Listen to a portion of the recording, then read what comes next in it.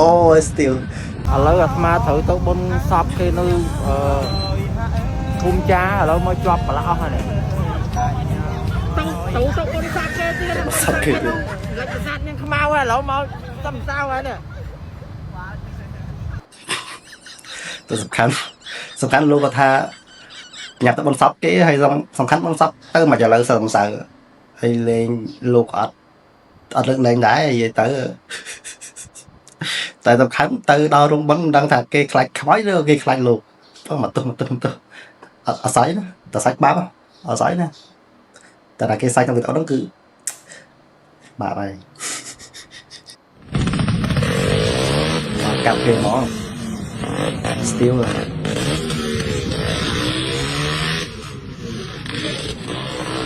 ក្លាប់ដាក់កាប់គេ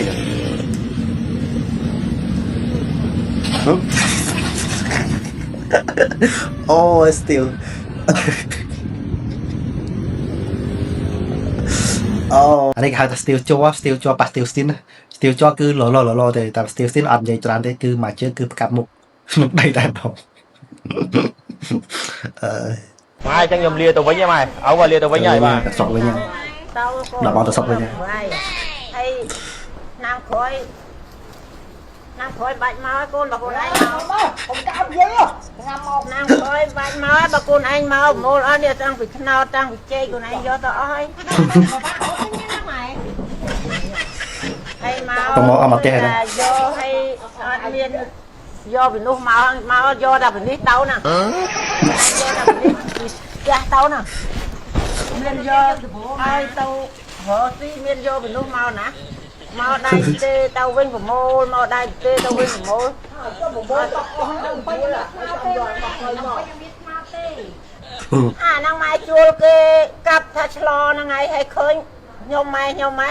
អស់ទៀតឃើញអត់គឺចង់ហូបដេញឡតណៅហើយកណាំទៅវិញមកកណាត់បាវណាំនេះមកបាវណាងឲ្យមន់ដែលកូនឯងកាប់ទីអស់បើអត់ទាន់កាប់កូនឯងយកទៀត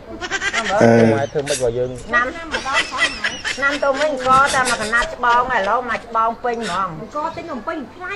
ថ្លៃម៉ែមកគីឡូ3000ជាង4000 1គីឡូហើយយើងម៉ែហូបអស់ហ្នឹងម៉ែហូបហើយណាគេខ្លះដែលទៅសុកហើយមកវិញចឹងទៅជូនលុយម៉ែតា50000 100000ទេណាតែមកវិញក៏មកកាតេមន់ទាបន្លែប្លុកយទៅមកចប់បើមានអ្នកថាអ្នកដាក់ម៉ូតូមកមុំទេណាតែអ្នកមានឡានជិះបើគូតឡានបងទៅឲ្យម៉ែតា50000 100000តែមកវិញមកផ្ទះប្រមូលចិត្តហើយ